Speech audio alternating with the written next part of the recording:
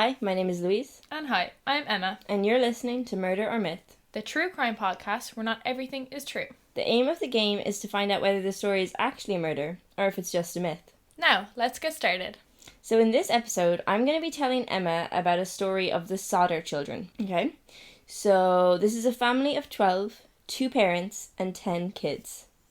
The youngest child is only a baby, 2 years old, and the eldest are adults. They're in their early 20s. So big age gap, but it's a big range, family. Yeah, okay. So you said 10 children? 10 children. Family of 12. Okay. So one son is away at the army. So there's only 11 living in the house currently. Yes. They're all living together, minus that one kid. So they live in a small town in West Virginia, quite a remote area. And both parents are Italian immigrants. So they've moved over to America. They both grew up in Italy. Okay. Moved to America. And settled in kind of an Italian area. Yes, Italian-American. Italian-American. All the kids are Italian-American. So now we've got a bit of background on the family, let's set the scene. It's 1945. Okay, so it's an oldie. It's an oldie. And it's Christmas Eve. Ooh, who doesn't love Christmas Eve? lovely. So everyone's in bed, falling asleep, getting ready for the exciting day ahead. And around 1 a.m, the house sets on fire. Okay. Okay? Yep. Whole building starts to go up in flames. So the parents, George and Jenny, manage to escape along with 4 of their children. So they get the baby out, they're trying to get the kids out, kind of taking them out with them. Yeah. But at this point, the house is absolutely engulfed in smoke. And there's a lot of kids to try and deal with. There's a lot of kids. Okay. There.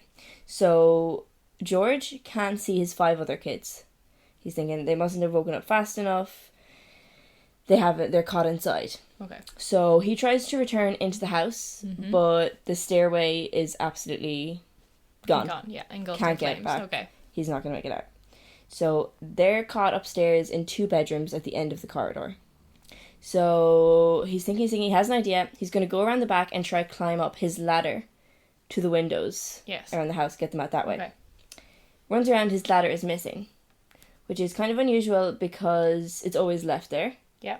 But maybe someone's taken it, not too sure. Next idea.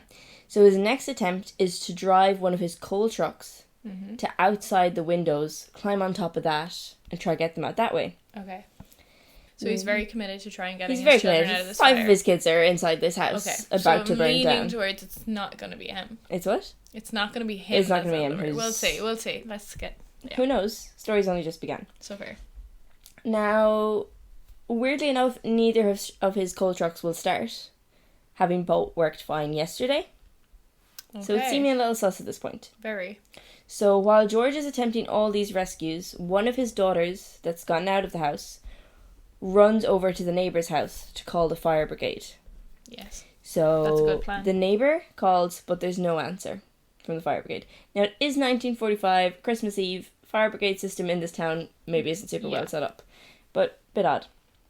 So after calling a few times, the neighbour's getting frustrated and drives into the nearby town to track down the local head of department, the fire chief. Yes. For him to organise a fire brigade to come out. Now, for some reason, the fire chief can't drive the fire truck. Oh. Which is very unusual. So he has to call someone else to bring it in. A lot going wrong. And that doesn't seem to be a coincidence. So eventually, the fire truck arrives. But at this stage, it's 8 a.m. in the morning. So if you remember, the fire went off at 1 a.m. Oh, okay. This is odd because the fire department was only about 2.5 miles away from the house. So how it would possibly take 7 hours to get there, like by the time it was tracked down and everything, but still a long time. At this point, obviously the house is completely burned down. And I'd imagine the fire would nearly be already out itself. Yeah. Fire is completely out. House is in ashes. Yeah. So, following morning, the police and the fire station come out, and a couple of days later, they determine that the fire was caused by faulty wiring in the house.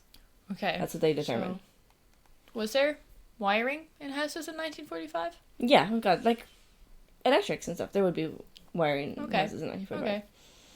And probably not super well set up. Fair. So, it's presumed that the kids burned down in that house, right? Yes. One can only presume. But the following morning, no bones or human traces were found in the ashes. Okay. which is quite suspicious. But the fire station says it's possible the fire was hot enough to burn them completely, so no traces would be left. But I don't think so, because teeth would be left over. Teeth would be left. Also, like, some kind of Like remains would be left that just bones, couldn't, yes. like, I don't know, The something heat even would that they have were wearing or something. Like, too intense for that. Yeah. Yeah. Okay. now, Mom Jenny is relentless that these kids are still alive because there's no trace of them. Like, Yeah. you know, there's no closure for her. So, and it's 5 of her children. She's not given up. And in the, like, couple weeks after, a number of locals have recounted witnessing these kids in other areas.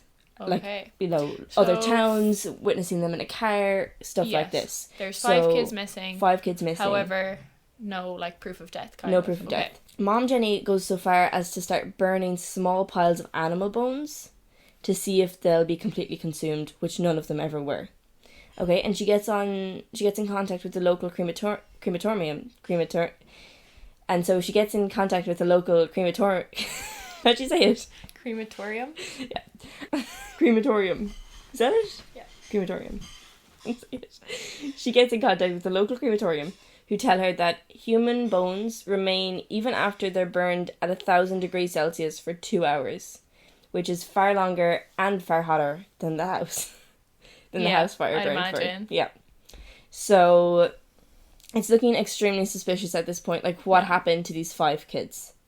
Also the fact that 5 of them couldn't figure out how to get out, like through the window themselves or something. It just seems Do you know, odd. are they the older set of kids or the... They're somewhere in the middle because I think the youngest was 5 and the eldest was 14.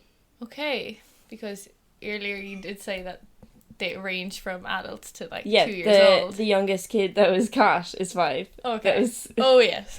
Oh, the youngest for sure. kid left in the fire was 5 and the eldest was 14. Like the adults got out and the baby got out because the adults got out themselves and the baby like He was taken. was taken. Oh, for sure, yeah. So a little backstory to the family.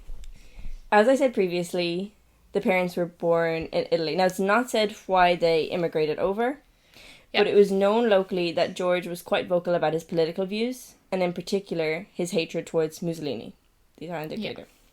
A couple days before the fire, the family had been visited by a former employee of George's, who was an insurance salesman, and he was persistent that the family should take out life insurance on the kids. Okay? And George was like, no, absolutely not going to do that. Yes. And the employee threatened that, quote, their house would go up in smoke and your children are going to be destroyed. Okay, that's very Very bad and very ominous. Very suspicious and very in line with what's happened. A little too on the nose. Sometime later, the parents are continuing their search for the kids and they hire a private investigator to look into it. Okay. The private investigator does find out something interesting, and he informs George that the previous employee who had threatened that the kids were going to be destroyed and the house was going to go up in smoke was on the jury that decided that the fire was due to accidental causes. So he seems a tad bit biased. Yeah, like, if why I is were to he pick it out. everywhere in the story? Why is he like He seems to be everywhere. a reoccurring character? Since then, a couple of things have happened. Both parents have always believed that their kids were alive. Yes. It seems sus to me that none of them ever found their way back. Yeah. But a couple of things did happen. So a magazine cover was released that George was convinced there was like people on the magazine cover convinced was one of his children. Okay. And he went to, it was like a ballet school or something like that. He was not allowed to see the people in the ballet school. They refused him. Yeah, well, I suppose a strange man trying to see Yeah. ballet students. But he was convinced this is my daughter. Another thing happened where Jenny was sent like an ominous postcard that had a picture looking quite like it, signing it from one of her son's names, saying, I love my family. Something like that. Okay. Now, is this just like other people playing pranks on them? Who knows? One theory is that this is just a freak accident. You know, it could have been faulty wiring, and some of the things that went wrong, there's possible explanations to them. Someone had taken the fire. Yeah. Like the fire brigade, it was Christmas Eve. Different things could have gone wrong. Mm-hmm. Another theory is George's possible involvement in the Italian mafia. I was thinking may have been why he had to flee Italy.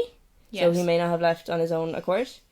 And that the mafia wanted to seek revenge and they are the possible arsonists. Yeah, especially as well if he was like vividly against dictatorships and like, you know, outspoken in that, they would have an eye on him and maybe he knew some things, so yeah. For sure. A third theory is the former employee. Now, in my opinion, all the signs are pointing to him. He's looking real guilty right now. But it was never really further investigated. And some of these could just be, you know, rumours going around, reported, things lost in translation. Yeah, and possibly he also was like, what if he had information on the mafia hit and was like, get insurance, get some money out of this. Yeah. You know, I'm trying to warn you. Yeah. And then also not in a very good way because he didn't. Fourth and final theory is that the kids were taken as sex traffickers, which was quite prominent at the time during World War II. Okay. How that correlates to the fire and things like that, I'm not entirely sure. But it was possible, all tied in with the mafia and things like that. I still believe it was the former employee, but nothing has ever been proven. It's still being looked into. Mm-hmm. And that is the end of my story. Okay. Leaving it kind of open-ended because it was never solved. Right. Yeah. Yeah, okay. So, I don't have as many thoughts on this one as last time. Like, I'm not fully convinced it's a murder. Okay. And then, I can't let previous stories sway my decision. In No, terms can't of let pattern, previous... that wouldn't be good. But I do want to lean it towards against myth more so. There's a lot going on. Also, it's 1945. I don't know of any, like, Italians that would be called George, more, you know. Interesting, the names. You know, I feel like it's a name that always throws you. I spend so much time trying to think of names, honestly. Honestly, yeah. George and Jenny, the Italians, it's kind of sus to me. And as well, the details about the kids, there's some discrepancies, but again, that could just be research and storytelling. But I think too many things went wrong, and it was never pinned on anyone. But it is suspicious about the bodies missing. But to take a long story short, I'm going to say myth. It's a murder. I've stumped you yet again. No. It's a really interesting story. I first heard about this years ago on BuzzFeed Unsolved. Have you ever seen BuzzFeed Unsolved? Yeah, sometimes, but I didn't hear this one. And I think this one is just crazy. Like, so many I things never went know. wrong. Yeah. That dude, like, threatening. I don't know. It just seems like a crazy story. Okay. It is, because there's kind of countless options of what it could have happened. Why did things go wrong? Was it just a series of unfortunate coincidences, or was it kind of planned? And Christmas Eve, house going on fire. It just seems like... It does seem very made up. Like, it seems very, like, fairy tale-istic, if I was to sit down and write a story. Yeah, but, Whoa. you know, actual murder, and to this day, no one has any idea what happened to the kids. So... That's kind of sad. 1945... But also, it's a bit weird that Would they be dead by now? No, they wouldn't have to be. They'd be old, but they wouldn't be dead. No, not have to be dead, yeah. The younger kids. Yeah, the younger kids, if they were still alive. So yeah, I did kind of fuck up. So what I meant was, in the actual family range, it's 2 to early 20s. Yes. But what was left in the house, like, yes, the the kids that 5 got kids, stuck. was between 5 and 14. Yeah, okay. So that is actually the truth. Perfect, okay. But I did fumble a little bit, which seemed quite suspicious. I did just a tad Just a tad suspicious. Okay. You gotta keep some suspicion in all the time, you know? Yeah, you gotta keep it it's not interesting. fun without suspicion. Mm-mm. Okay. So this has been Murder or Myth. This week's episode, Louise told me a murder story, which I thought was a myth, which was incorrect on my part. So, thanks for listening. And join us next week for another thrilling adventure. Make sure to like and subscribe and find us on all streaming platforms. And remember, it's myth until proven murder. Schley!